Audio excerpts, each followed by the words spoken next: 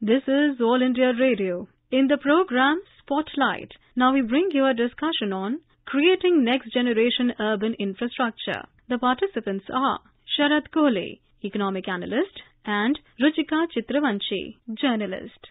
Prime Minister Narendra Modi will be laying the foundation stone for Noida International Airport tomorrow. This airport is in line with PM's vision towards boosting connectivity and creating a future-ready aviation sector. This is one of the many infrastructure projects that the government has been talking about.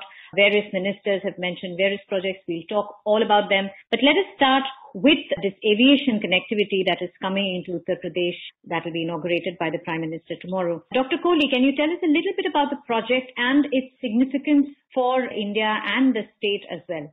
I think extremely strategic project which has been on the files for almost 2 decades now, and finally we are seeing the light of the day. This is going to be Asia's largest airport. If we talk of the Jewar airport, lay the foundation of tomorrow. This is not just going to cater to the western Uttar Pradesh, but also it will be the largest airport in Asia. So I think the entire North India, and we already know that Delhi International Airport, which is currently one of the busiest airport in the country, in fact, it is the busiest airport in the country, is already providing a lot of support to aviation sector. And I think this would be like a shot in the arm for Northern India, where people from Haryana, people from Uttar Pradesh, people from Delhi, people from Rajasthan, they will all be accessible as far as this airport is concerned. And we all know that the airport is already connected by a very, very state-of-the-art modern expressway. And I think this is going to really be economic booster, I would say, for this part of the country. I think we already have the contractor engaged from one of the finest airports in the world in Europe. They've already signed up the contract. And I think by 2024, we should see the first plane fly, Ruchika, from this airport.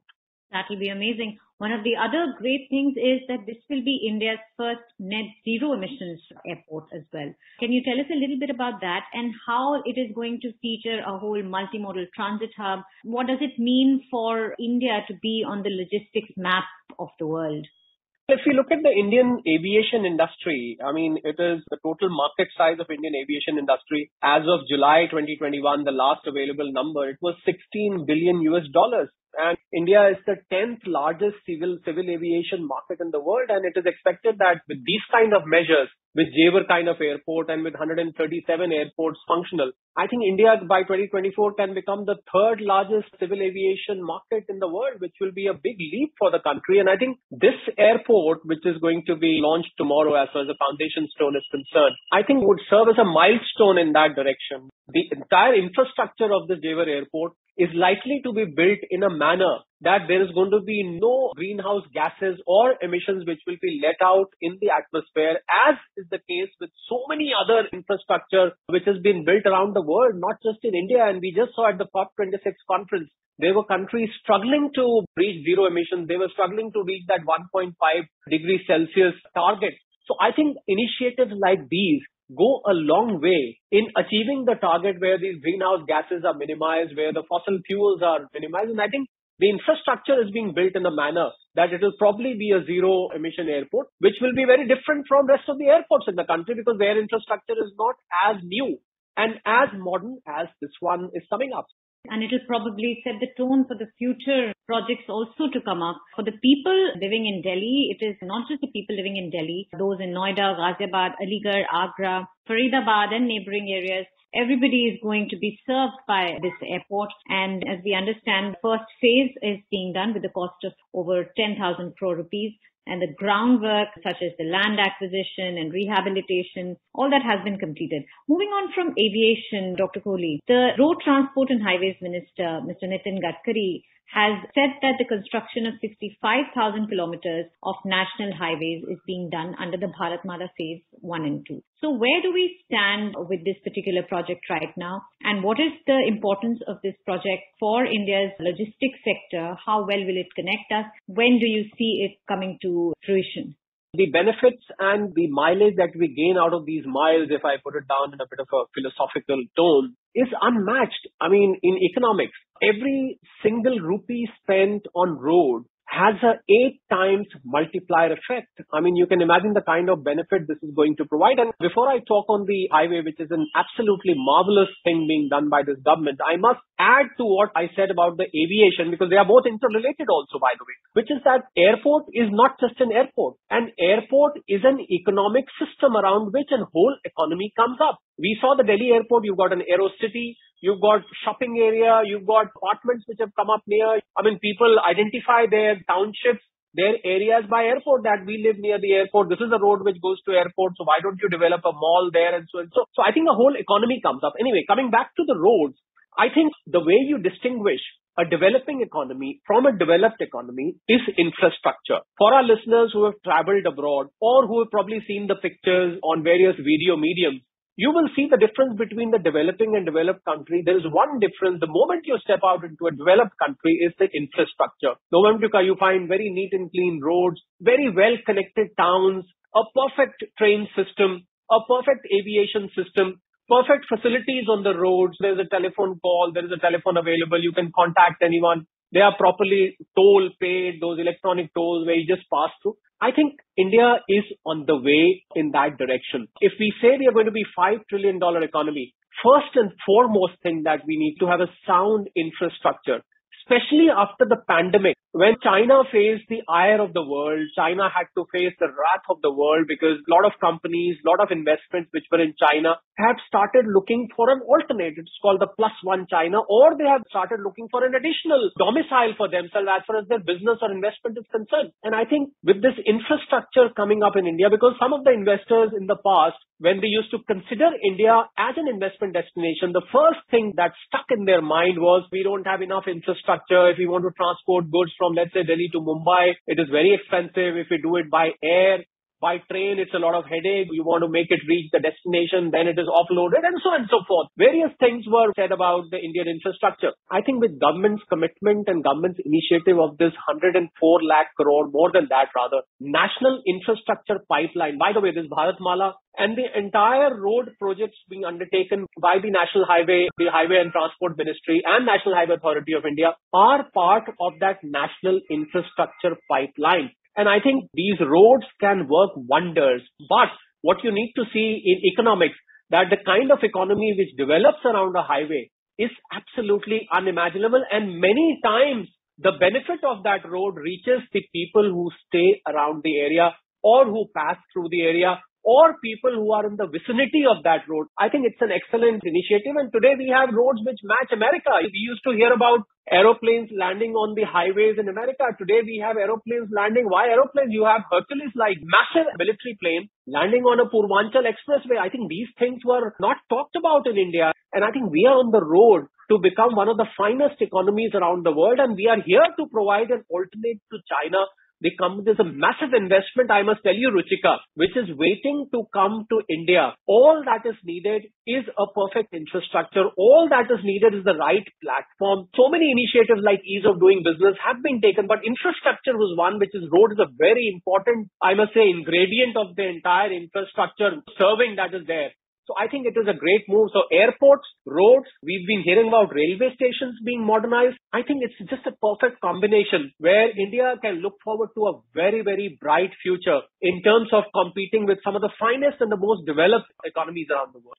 The Civil Aviation Minister, Mr. Jyotiraditya Scindia, he also talked about how the airports are bursting at their seams because so many people in India are using air travel as a mode of transportation, especially in metros. He has said that we are looking at a possibility of a second airport, not just in Delhi, but they're also thinking of a second airport in Calcutta, adding another in Mumbai. So what do you think of this strategy and how much more do we need to add in terms of more airports in the country? What should we focus on when we are adding this infrastructure?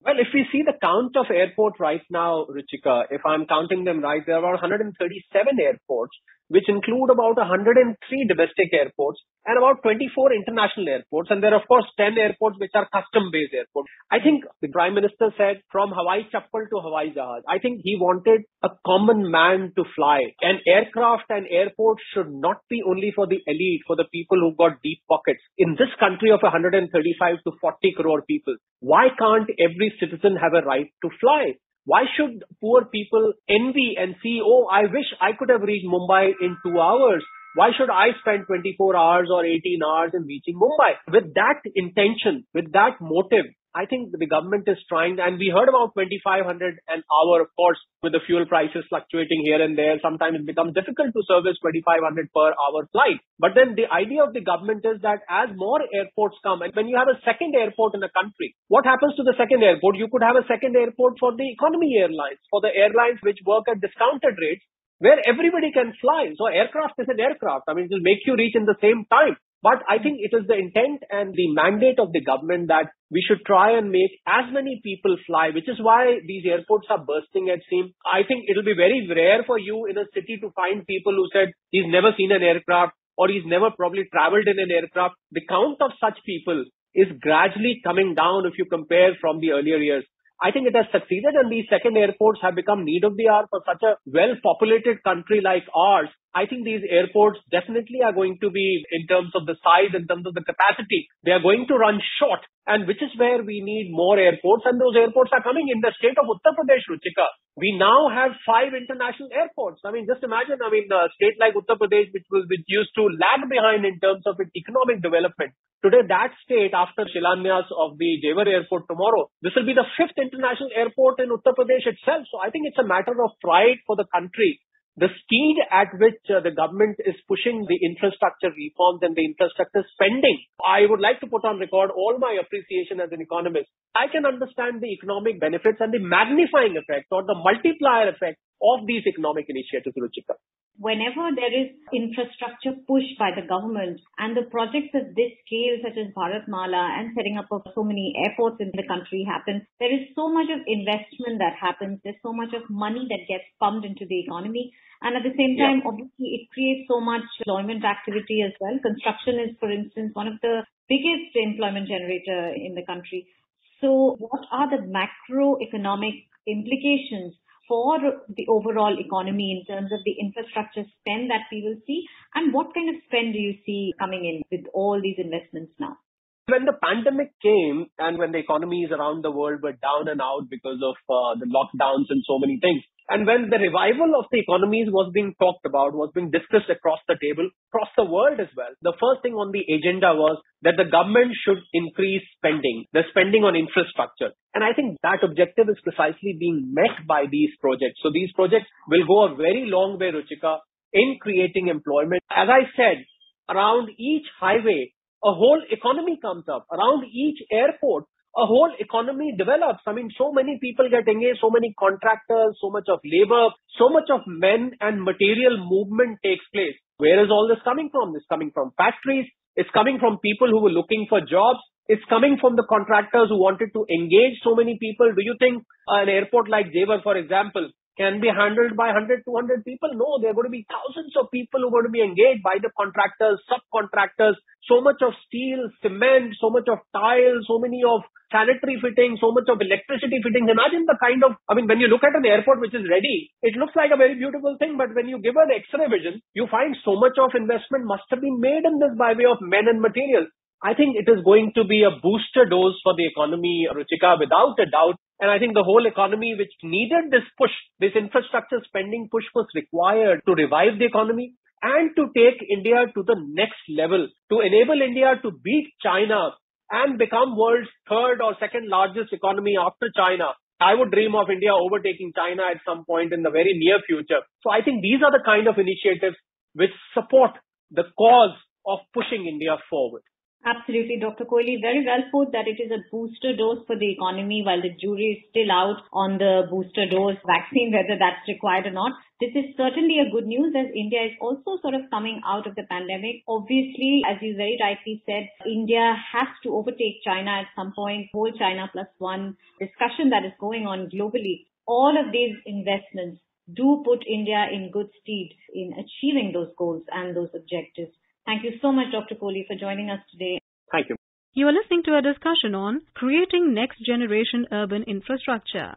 The participants were Sharad Kohli, economic analyst, and Ruchika Chitravanshi, journalist. This program was produced and presented by the News Services Division of All India Radio. You can listen to it on our mobile app, News on AIR. This program is also available on our YouTube channel, News on AIR Official. You may email your opinion about this program at airnsdtalks@gmail.com.